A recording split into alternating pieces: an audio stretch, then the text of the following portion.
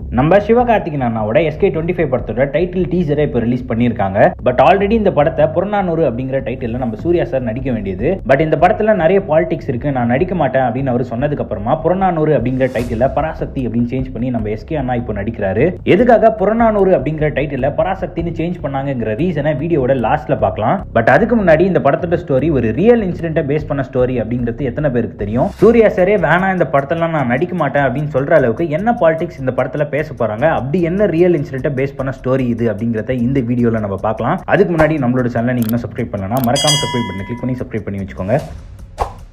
இந்த title announcement வீடியோவை நீங்க ஃபுல்லா பார்த்திருந்தீங்கன்னா தெரியும். ஸ்டார்டிங்ல நம்ம சிவகார்த்திகேயன் ஒரு காலேஜோட கீழே இருந்து நடந்து வருவாரு. எண்ட்ல அதே காலேஜோட மொட்டை மாடிக்கு போயிட்டு ஸ்டூடெண்ட்ஸ் கிட்ட சேனை ஒன்று தேவை, பெருஞ்சேனை ஒன்று தேவை அப்படின்னு சொல்லுவாரு. சோ இதை பார்த்தாலே ஒரு பெரிய ப்ரொடெஸ்ட்க்கு எல்லா ஸ்டூடெண்ட்ஸையும் ஒன்னா திரட்டி நம்ம சிவகார்த்திகேயன் தலைமை தாங்குறாரு அப்படிங்கிறது நல்லா தெரியுது.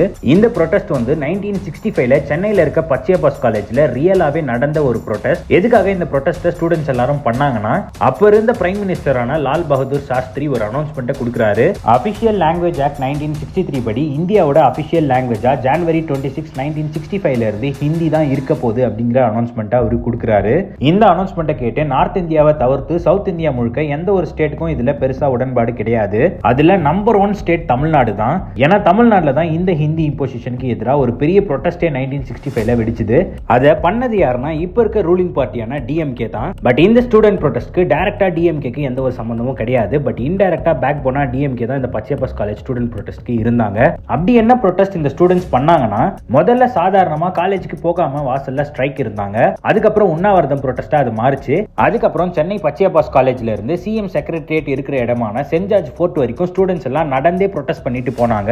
இந்த ப்ரொடெஸ்ட்டை பார்த்துட்டு மற்ற காலேஜ் ஸ்டூடெண்ட்ஸ் ஆன presidency college, Madras college students எல்லாரும் சேர்ந்து இந்த ப்ரொடெஸ்ட்ல கலந்துக்கிட்டாங்க. சோ CM செக்ரட்டரியேட்டே முற்றுகை இடுறாங்கன்னா கண்டிப்பா போலீஸ் பார்த்துட்டு சும்மா இருக்க மாட்டாங்க இல்லையா? சோ போலீஸ் வந்து அங்க இருந்த ஸ்டூடெண்ட்ஸ் எல்லாரும் மேலயும் லத்தி சார்ஜ் பண்றாங்க. பட் லத்தி சார்ஜ் பண்ணியும் அங்க இருந்து எந்த ஸ்டூடெண்ட்ஸும் கலைஞ்சு போற மாதிரி தெரியல. சோ இதனால அப்ப இருந்த காங்கிரஸ் பார்ட்டி சீஃப் மினிஸ்டரான பக்தவச்சலம் ஃபயரிங் ஆர்டர் கொடுக்குறாரு. சோ இதனால போலீஸ் எல்லாம் ஃபயர் பண்ணி பயம்புறுத்தி அந்த ஸ்டூடெண்ட்ஸ் எல்லாரையும் விரட்ட பாக்குறாங்க. அதுல நிறைய பேருக்கு பயங்கரமா அடிபடுது. பட் ஜனார்தனன் அப்படிங்கிற ஒரு பச்சையப்பாஸ் காலேஜ் ஸ்டூடெண்ட் வந்து இறந்து போறாரு, அதாவது சுட்டு கொல்லப்படுறாரு. இந்த நியூஸ் வந்து தமிழ்நாடு முழுக்க காட்டு தீயா பரவுது. அதோட இம்பாக்டா இன்னும் நிறைய ஸ்டூடெண்ட்ஸ் இந்த ப்ரொடெஸ்ட்ல குதிக்கிறாங்க. பேரலலா DMK பார்ட்டி மெம்பர்ஸ் இந்த ப்ரொடெஸ்ட்டை கண்டினியூ பண்றாங்க. அட் தி சேம் டைம் நிறைய பப்ளிக்கும் இந்த ப்ரொடெஸ்ட்ல கலந்துக்கிறாங்க. இன்னும் சின்னசாமி அப்படிங்கிற ஸ்டூடெண்ட் எல்லாம் இந்த ப்ரொடெஸ்ட்ல தீக்குளிச்சு இறந்து போனதா நியூஸ் ஆர்டிகல்ல இருக்கு. சோ தமிழ்நாட்டுல நடந்த இந்த ப்ரொடெஸ்ட் வந்து இந்தியா முழுக்க பெரிய இம்பாக்ட கிரியேட் பண்ணுது. அதோட ரிசல்ட்டா அப்ப இருந்த சென்ட்ரல் கவர்மெண்டான காங்கிரஸ் இதை இம்ப்ளிமெண்ட் பண்றதை ரிவைஸ் பண்ணி ஸ்டாப் பண்ணிட்டாங்க. அதுக்கப்புறம் இந்தியா முழுக்க ஸ்டேட் லாங்குவேஜை தவிர்த்து இங்கிலீஷே காமன் லாங்குவேஜா இருக்கட்டும் அப்படின்னு அனௌன்ஸ் பண்ணிட்டாங்க. அதோட ரிசல்ட்டா நம்ம தமிழ்நாட்டுல நிறைய பேருக்கு DMKவை பிடிக்க ஆரம்பிச்சிச்சு. அதனால ஃபார் த ஃபர்ஸ்ட் டைம் இந்தியாலேயே காங்கிரஸ் பார்ட்டி இல்லாம தனியா ஒரு பார்ட்டி ரூலிங்க்கு வருது 1967 எலெக்ஷன்ல. அந்த பார்ட்டியோட நேம் தான் DMK, அந்த ஸ்டேட்டோட நேம் தமிழ்நாடு. அப்போ ஃபர்ஸ்ட் டைம் சீஃப் மினிஸ்டர் ஆனவரோட நேம் CN அண்ணாதுரை. சோ இந்த இன்சிடென்ட்னால மட்டுமே அவங்க தமிழ்நாட்டுல ரூலிங் கவர்மெண்டா வரல. 1967 எலெக்ஷன்ல புரட்சி தலைவர் MGR அவர்கள் டைரக்டா எல்லா கான்ஸ்டிட்யூன்சிக்கும் போய் DMKக்காக கேம்பெயின் பண்றாரு. அதே எலெக்ஷன்ல அவர் சென்ட் தாமஸ் மவுண்ட் கான்ஸ்டிட்யூன்சில நின்னு ஃபார் த ஃபர்ஸ்ட் டைம் MLAவாவும் ஜெயிக்கிறாரு. சோ அவரோட சப்போர்ட்டும் இந்த எலெக்ஷன்ல DMK ரூலிங் கவர்மெண்ட் ஆகிறதுக்கு பெரிய ஹெல்ப்ஃபுல்லா இருந்துச்சு. சோ இப்போ எதுக்கு இதை சொன்னா, இதனால தான் இந்த டைட்டில் டீசரோட ஸ்டார்டிங்ல அச்சம் என்பது மடமையடா அப்படிங்கிற MGR சாங்கை ரெஃபரன்ஸா வச்சிருப்பாங்க. சோ இந்த இன்சிடென்ட்டை பேஸா வச்சு தான் சுதா கோங்கரா இந்த படத்தை எடுக்கிறாங்க. பட் இந்த இன்சிடென்ட்டையே முழு படமா எடுக்கிறாங்களா இல்ல படத்துல ஒரு பார்ட்டா இந்த இன்சிடென்ட்டை எடுக்கிறாங்களா அப்படிங்கிறது படம் ரிலீஸ் ஆனதுக்கு அப்புறம் தான் நமக்கு தெரியும். அண்ட் ஸ்டார்டிங்ல சொன்ன மாதிரி எதுக்காக இந்த படத்துக்கு புறநானூறு அப்படிங்கிற டைட்டில ரிமூவ் பண்ணிட்டு பராசக்தி அப்படிங்கிற டைட்டில வச்சாங்கன்னா, பராசக்தி அப்படிங்கிற டைட்டில்ல ஆல்ரெடி சிவாஜி கணேசன் 1952ல ஒரு படத்துல நடிச்சிருப்பாரு. அந்த படத்தோட கதையை எழுதினது ஃபார்மர் சீஃப் மினிஸ்டரான M கருணாநிதி அவர்கள்.